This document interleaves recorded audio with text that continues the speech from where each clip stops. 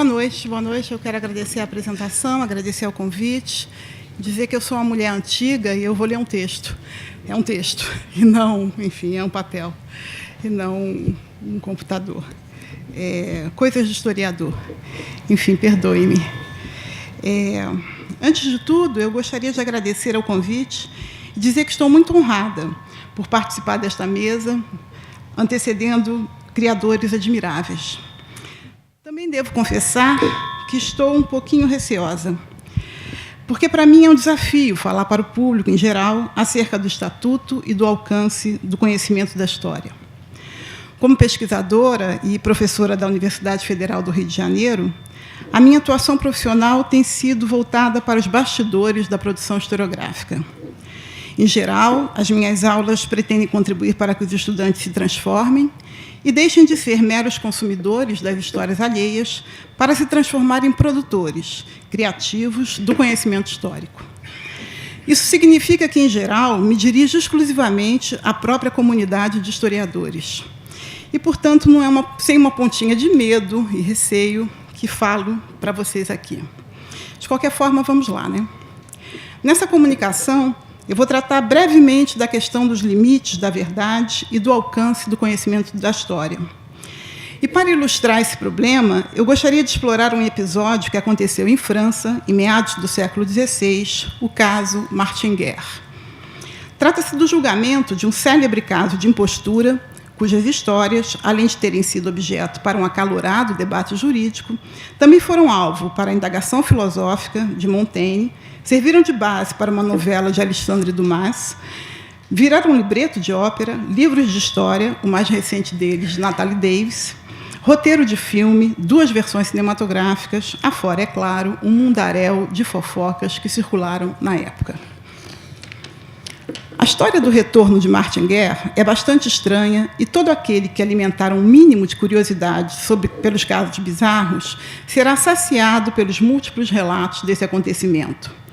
Resumidamente, tudo se passou na região do País Basco, no atual território francês, em meados da década de 1550, quando um camponês relativamente bem estabelecido, após anos de desaparecimento, retornou à sua casa e reassumiu as suas propriedades, o convívio com a família, a relação conjugal que havia interrompido com sua esposa. Nada de notável não fosse o fato de que, depois de um período de bonança e calmaria na vida dos Guerre, a identidade daquele que havia retornado seria posta sob suspeição.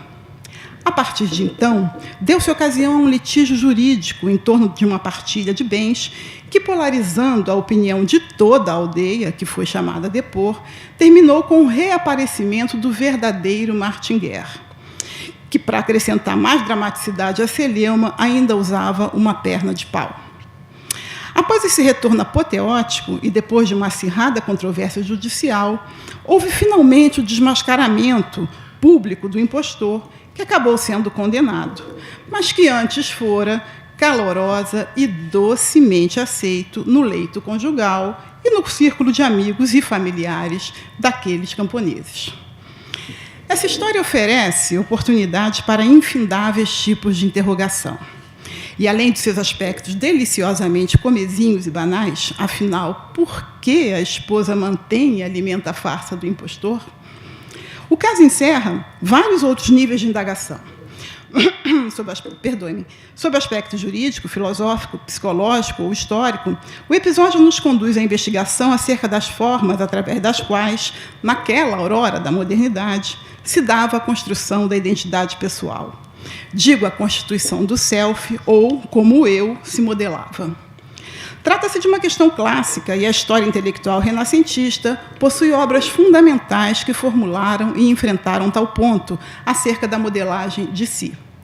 Refiro-me, entre outros, a Balthazar de Castiglione, o cortesão, Giovanni della Casa, o galeteu, Tratado de Boas Maneiras, e Michel Montaigne, Ensaios. E foi a partir desse debate renascentista que a historiadora Natalie Davis explorou este problema.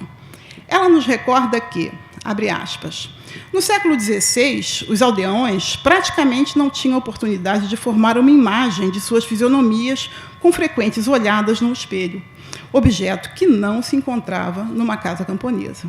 Fecha aspas. No mundo sem CPFs, carteiras de identidade, máquinas fotográficas, certidões cartoriais, perdoem-me todo esse anacronismo, a modelagem do eu, a elaboração da autoimagem, se realizava basicamente pela enunciação verbal. Quer dizer, o reconhecimento do réu só se daria caso ele possuísse um conjunto de relatos comuns acerca de si mesmos e de seus familiares. Menos importante que a aparência ou qualquer outro recurso de fixação da imagem, retrato, espelho, etc., o único critério para a distinção entre o falso e o verdadeiro camponês consistia na verossimilhança das suas memórias. Porque, ao invés de servir como prova conclusiva, o apelo aos aspectos visuais ampliava a confusão e a dúvida a respeito de quem era o homem que se apresentava como Martin Guerre. Abre aspas. É Natalie Davis quem escreve. 45 pessoas ou mais declararam que o prisioneiro era Arnaldo Detillo, o nome do impostor, ou que, pelo menos, não era Martin Guerre, pois tinham comido e bebido com outro desde a infância. 30 a 40 pessoas afirmaram que ele era Martin Guerre e o conheciam desde o berço. Esse grupo incluía as 4 irmãs de Martin Guerre. Alguns sustentavam que Martin Guerre era mais alto, mais magro, mais moreno do que o acusado. Outras testemunhas, pelo contrário, ressaltavam que ele tinha dentes a mais em seu maxilar, uma cicatriz na testa, 3 verrugas na mão direita. Ora, o prisioneiro apresentava todos esses sinais particulares. Finalmente, um grupo importante de testemunhas, cerca de 60, recusavam-se a pronunciar sobre a identidade do prisioneiro. Não estavam certos da sua identidade e, num caso com tamanha gravidade, como ousariam ser categóricos? Com efeito, para dirimir a dúvida e lograr reconhecimento dos demais, o réu deveria ser capaz de detalhar lembranças, narrar episódios e relatar acontecimentos anteriores ao seu desaparecimento. Apenas através dessa persuasão discursiva, ele seria capaz de convencer aos vizinhos e familiares de que aquelas eram realmente as suas memórias, sendo consequentemente aceito ou não como verdadeiro Martin Guerre. Ele deveria lembrar as brincadeiras de infância, os fatos e as aventuras juvenis, as circunstâncias do seu casamento, etc. Porque os critérios para que os demais envolvidos pudessem distingui-lo, comprovando a sua identidade, residiam nessas memórias compartilhadas. Fruto de um inquérito judicial, a verdadeira persona se revelaria pela narrativa das memórias. Em outras palavras, a identidade de Martin Guerre era um construto da linguagem. Sob tal ponto de vista, o caso Martin Guerre pode ser apresentado como uma espécie de alegoria profunda do conhecimento da história. Porque o episódio do falso camponês nos remete a uma série de questões limites que preenchem a oficina da pesquisa e da produção da história. Para fins explicativos, sugiro que organizemos o caso em 2 planos distintos. O primeiro plano, vou chamar de plano acontecimental. E o problema que nesse plano se desenrolou consistiu no esforço realizado pelos juízes para distinguir o impostor do verdadeiro camponês. Muito embora eu o chame de plano acontecimental, nele, obviamente, não há acontecimentos, nem ação propriamente dita. Encontramos apenas os relatos dos depoentes face à investigação judicial. Em termos técnicos, nesse plano estão as fontes primárias. Elas se nos apresentam como um acervo cuja estrutura discursiva possui normas próprias de conformação e linguagem. Portanto, nesse plano acontecimental, há a convivência, mas também o ocultamento entre 2 níveis de formalização da linguagem, quais sejam a fala coloquial dos envolvidos na querela, que depois foi transformada e registrada como B, depoimento das testemunhas do processo judicial. Acima desse plano, há um segundo plano, que, por sua vez, reúne todos os inúmeros relatos que se dedicaram, de uma maneira ou outra, a narrar o episódio. Nesse segundo plano, ele está povoado pelas diversas e múltiplas espécies de narrativa acerca do caso Martin Guerre. Vale lembrar que a historieta tornou-se célebre e passou a fazer parte do imaginário das fábulas populares da região, sendo recontada ao longo dos séculos e servindo de inspiração para uma peça, 3 romances, uma opereta, etc. Numa palavra, Nesse segundo plano, encontra-se aquilo que tecnicamente se convencionou chamar de narrativas de segundo grau, ou seja, são as chamadas fontes históricas secundárias. A variedade poliforme dos relatos secundários sobre o caso Martin Guerre não é um problema. Ao contrário, porque, em extremis, esse é o sonho dourado de todo historiador: encontrar muitas fontes de pesquisa e fartas narrativas acerca do seu objeto de estudo. Longe de serem rivais, essas múltiplas modalidades de representação do caso, sejam as crônicas, as peças teatrais, os relatos jurídicos, os devaneios filosóficos, as novelas, as narrativas historiográficas, os roteiros de cinema, etc., todas elas se irmanam numa igualdade fundamental. Todas são expressões singulares das suas respectivas circunstâncias de criação ou origem.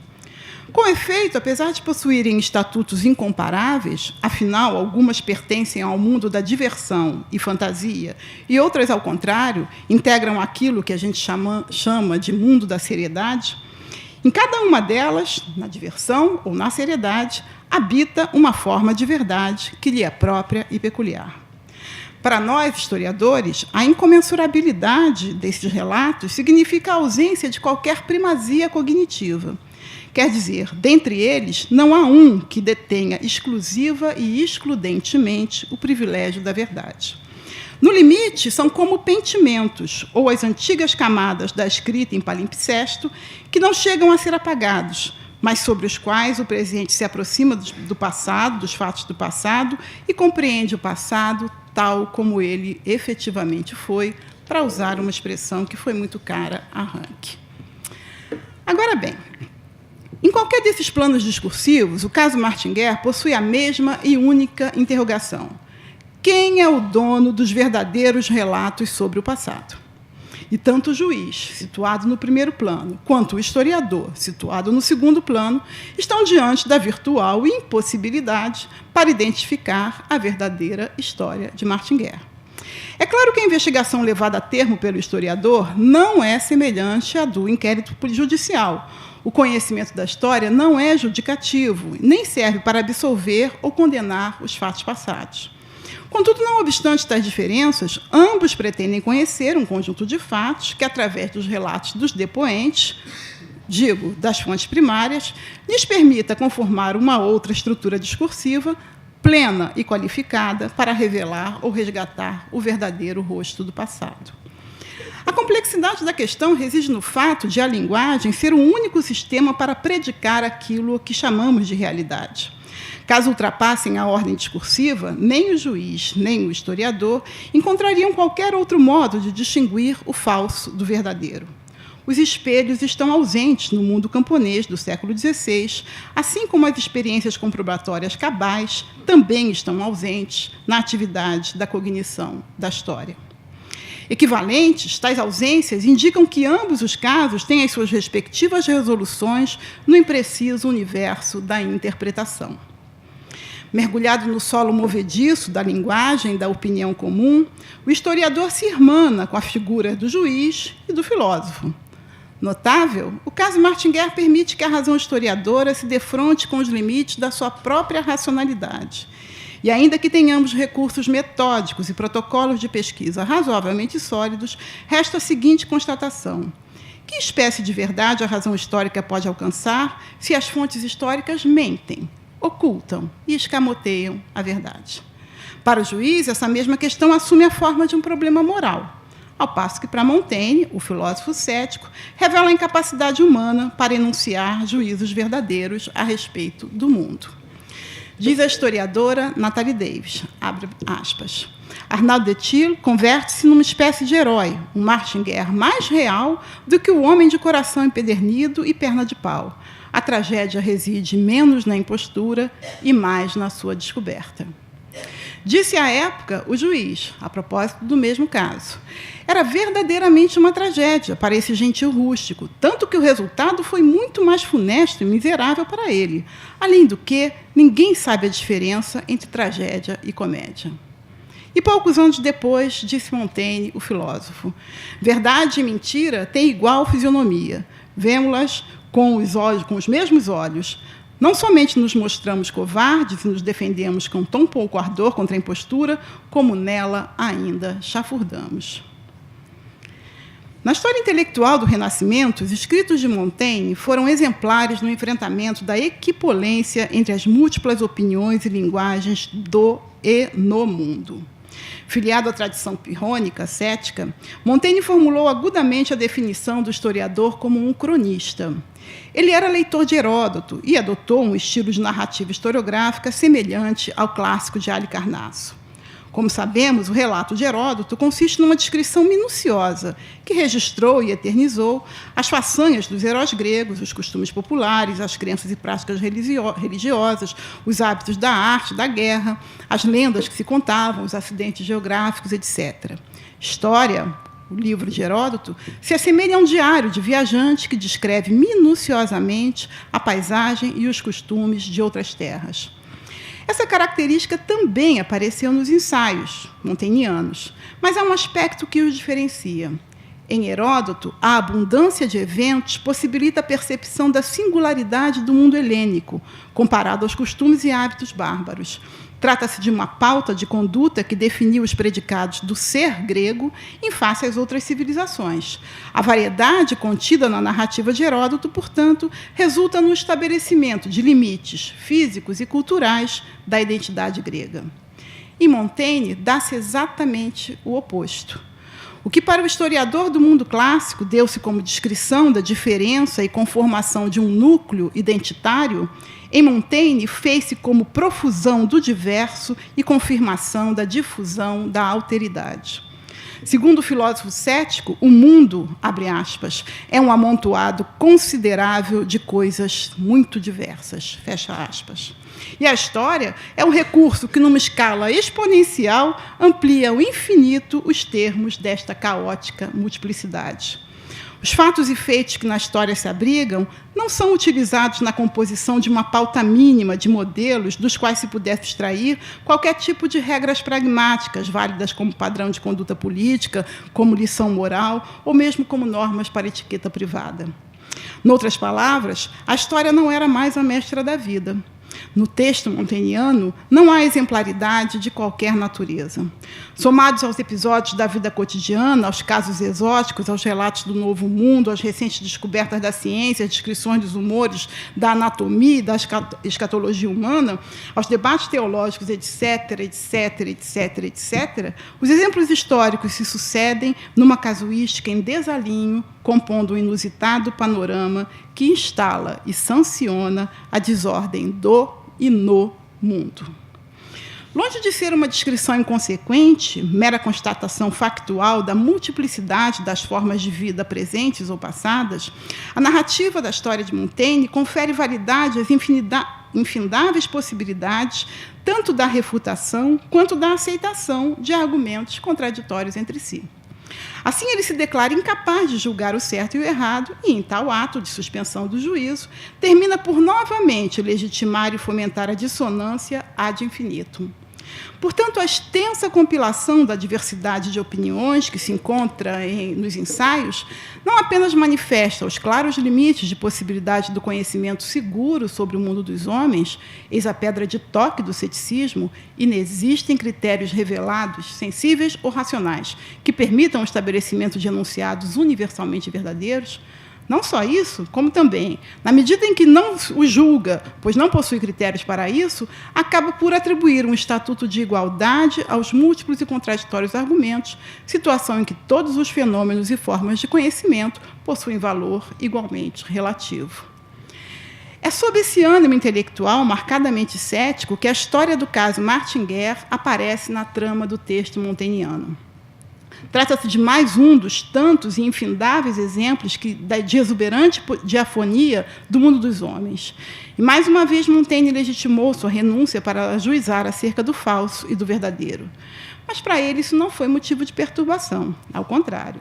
Foi o próprio texto montaigniano quem cultivou a dúvida, incitou a contradição e ampliou ao máximo a multiplicidade dos acontecimentos, o dissenso das línguas, a diversidade das coisas, e tudo isso em desacordo com o cisma das falas. A atividade de descrever o mundo pela narrativa do passado não é um ato ingênuo. O cronista montaignano, ao exemplificar copiosa e historicamente a impossibilidade de haver critérios cognitivos minimamente seguros, transforma o texto em uma peça do argumento pirrônico cético. Trata-se de uma espécie de excitação da balbúrdia, da doxa, a opinião, que conduz o leitor a abandonar a pretensão da certeza. Dessa forma, a narrativa é mais que um exercício intelectual que se compraz e se encanta com a percepção de um admirável mundo múltiplo. No limite, o conhecimento histórico se revela um poderoso veículo, capaz de apresentar um infindável repertório de exemplos factuais que confirma empiricamente o tumulto narrado em suas páginas. Inventário de todas as formas da existência, o texto retorna ao universo que descreve e, como um fidelíssimo espelho, confunde a miragem com a matriz, o que, ao invés de sistematizar a ordem das coisas, realimenta e amplia a visibilidade da desorganização epistêmica do mundo. Em outras palavras, e para concluir, longe de ultrapassar ou eliminar a balbúrdia das múltiplas visões e versões acerca de um único e mesmo acontecimento, o conhecimento da história consiste numa espécie de crônica do desacordo das falas sobre e no mundo dos homens. Linguagem especular, a história está fadada a reproduzir e ampliar ad nauseam a diafonia da multiplicidade discursiva, instalando e sancionando a diversidade dos desentendimentos e, no limite, a desordem cognitiva e o conflito de interpretações que habitam o mundo dos homens. Mas eu não gostaria de terminar essa comunicação com esse sabor tão negativo e cético acerca das possibilidades do conhecimento da história. Eu prefiro concluir com uma versão um pouco mais positiva desse mesmo problema. E, para isso, eu vou evocar uma famosa frase de Goethe, Eila, abre aspas, só sabemos com exatidão quando sabemos pouco. À medida que vamos adquirindo conhecimento, instala-se a dúvida. Fecha aspas. Obrigada. Thank you.